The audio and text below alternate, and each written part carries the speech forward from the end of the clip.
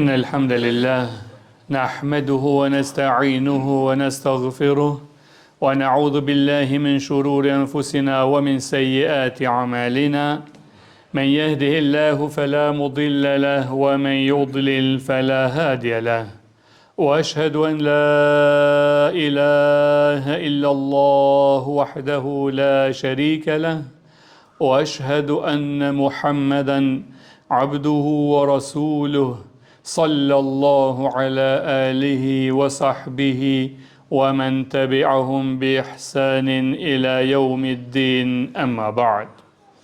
Falenderimet, lavdrimet, adhurimet, hamdi qoftë vetëm Allahu xhelle shanuhu, ndërsa salavatet dhe selamet të përzemërta i dërgojmë shëmbëtyrës son Muhammed Mustafa sallallahu alaihi wasallam, familjes së tij, shokëve të tij dhe të gjithë atyre cilët e ndjekin rrugën e tij deri në ditën e gjykimit. Allah na bëj prej tyre, amin. Vëllezër të dashur besimtar, tema të cilën fillimisht e përkujtoja veten time, pastaj inshallah taala do t'ju përkujtoj edhe juve, ka të bëjë me temën ka pushuar ose kanë pushuar prej tij.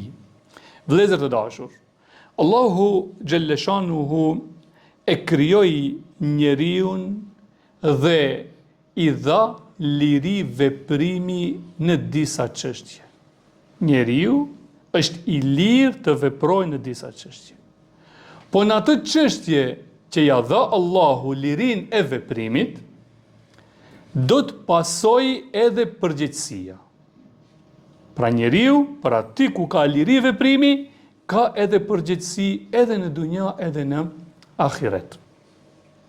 Për shembull, Allahu ja dha njeriut gjuhën, po ai mundet të flet mirë me të, mirë po mundet të flet edhe keq. Ja dha duart, ai mundet të punoj me duart e tia, mirë po mundet edhe të vjedh. Ja dhuroi këmbët, ai mundet të shkojë në xhami dhe në punë, po mundet të shkojë edhe në kazino. Pra, aty ku ka liri veprimi njeriu, aty ka edhe përgjegjësi, edhe në këtë botë, edhe në botën tjetër. Nëse njeriu punon me mendje të shëndosh, beson siç duhet Allahun e madhruar, bën vepra të mira ç'tash, largohet nga veprat e liga, Allahu i premton atij mirësi edhe në jetën e dunjas, edhe në jetën e ahiretit.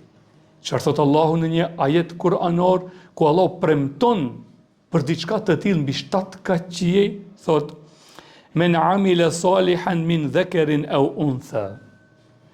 Kush bën vepra të mira, qofshin nga gratë apo burrat, wa huwa mu'min, shifni, wa huwa mu'min, duke qenë besimtar në Allahun xhelle shanuhu, çfarë pason? Falenuhyiyannahu hayatan tayyiba.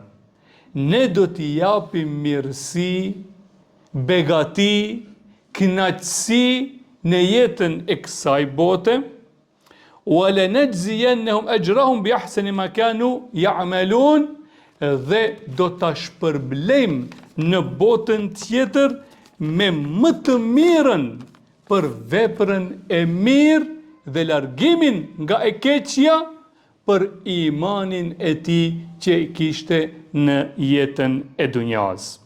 Pra, në këtë kuptim, duke e përforcuar edhe pejgamberi sallallahu alaihi wasallam, dhe duke na tërhequr vërejtjen ç'tash nga sjelljet tona që janë në kundërshtim me atë që e tham, pra veprimin e mirë dhe largimin nga e liga, që ne të bëjmë kujdes që me gjuhën tonë, gjymtyrët tona, të bëjmë vepra të mira dhe të largohemi nga të këqijat, duke na këshilluar që me gjuhën tonë dhe gjymtyrët tona t'i lejmë rahat njerëzit kafshët, natyrën dhe vatanin, ai pejgamberi alayhi salam në thot kështu.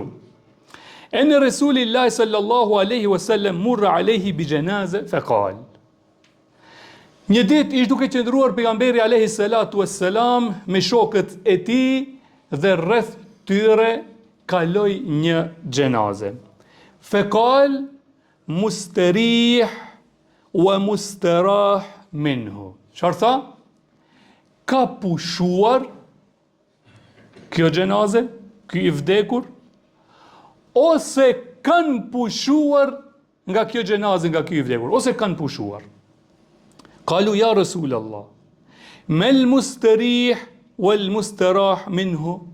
O i dërguar e Allahut, kush është ai që ka pushuar dhe kush është ai nga i cili kanë pushuar? E pyetën sahabët. Kal, el abdul mu'min yastarih min nasabid dunya. El abdul mu'min, robi besimtar, i cili punoj me mësimet e Allahut, i cili veproj vepra të mira me gjuhën dhe gjimtyrët e tia, i cili ndaloj nga ligësit me gjuhën dhe gjimtyrët e tia, kjo nuk është e lehtë. Dunjaja është e vështirë, kërkon angazhim. Kërkon angazhim. E çfarë?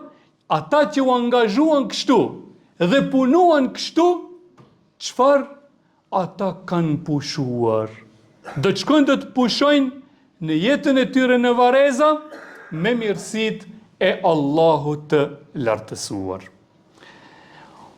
Wa adhaha ila rahmatillah wal abdul fajir yastarih minhu al ibad wal bilad wash shajar wad dawab. Ndërsa nga robi fajir, i prishur, i cili nuk mban llogari, që me gjuhën e tij dhe gjymtyrët e tija të veproj mirë e të ndaloj nga e keqja, për këtë rob të prishur, çfarë thot? Yastarih minhu al ibad.